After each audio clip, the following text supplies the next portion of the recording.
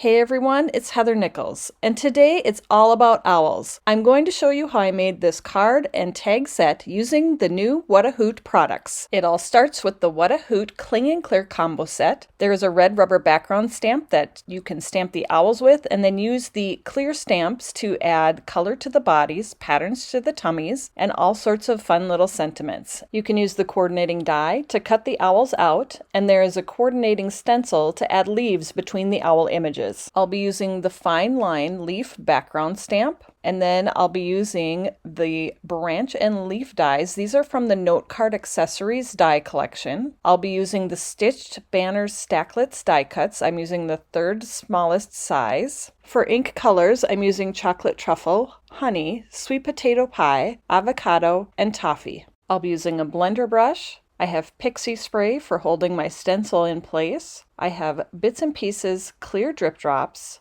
and I'll be using multimedia matte and foam squares. I'm starting out by stamping the background image from the What a Hoot Cling Clear Combo set. I'll be lining this stamp up with the A2 guide on my grid paper in my MISTI. I'll close the lid of the MISTI to pick it up, and then I'll put sugar cube cardstock into the MISTI with a little bit of adhesive to hold it in place. I'm stamping this with chocolate truffle ink, so I'll ink up my stamp. I'll close the lid of the MISTI. I'll use my Just Press tool to stamp this image onto the sugar cube cardstock, and I actually want to stamp this twice. One is going to be for a background and one is going to be to cut the little owls out individually. Now I'm going to add color to the owl images using the included clear stamps in the What a Hoot stamp set. I'll start with the main body image, and I'm stamping the bodies in sweet potato pie, honey, avocado, and toffee ink.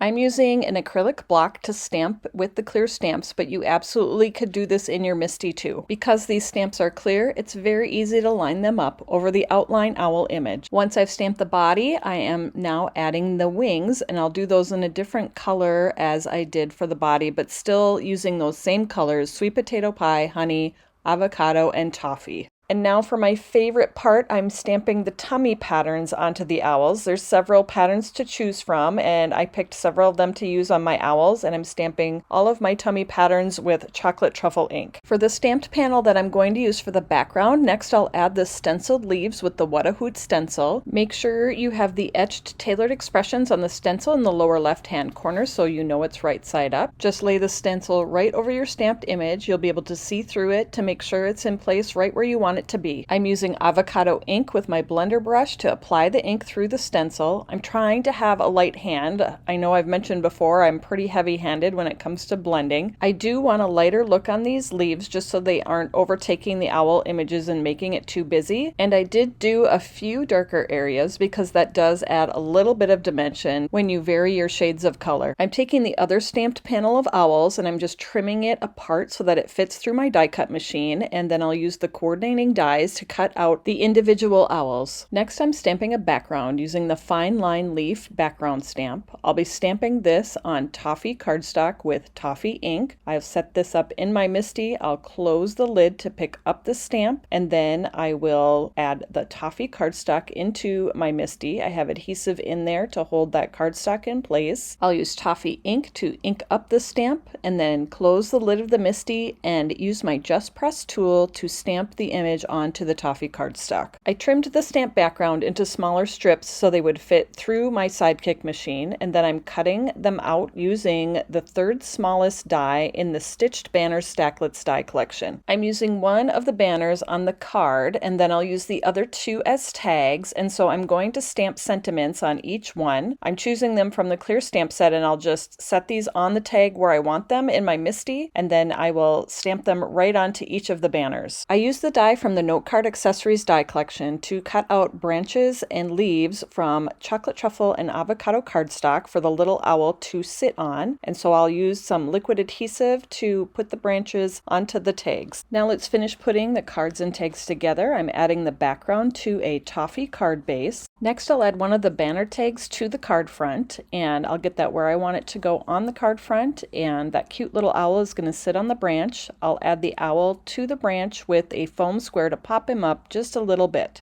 I punched holes into the end of the other two banners, and then I will add some burlap twine through those holes. I'll fold that twine in half. I'll thread it through the tag from back to front, and then I'll pull the ends through that loop. I'll add an owl to each of the tags. I'll adhere them to the tags with foam squares to pop them up just a little bit, just like on the card. My final finishing touch on this card and tag set is Bits and Pieces clear drip drops. I have a few scattered around the sentiments on the banner tags. I'm using multimedia matte to apply the drip drops. This card and tag set are done, and I hope you enjoyed learning how I made them and that you might have learned something new. You can find all of the What a Hoot products and the other supplies that I used to create my project at tailoredexpressions.com. Thanks so much for joining me, everybody, and I'll see you next time.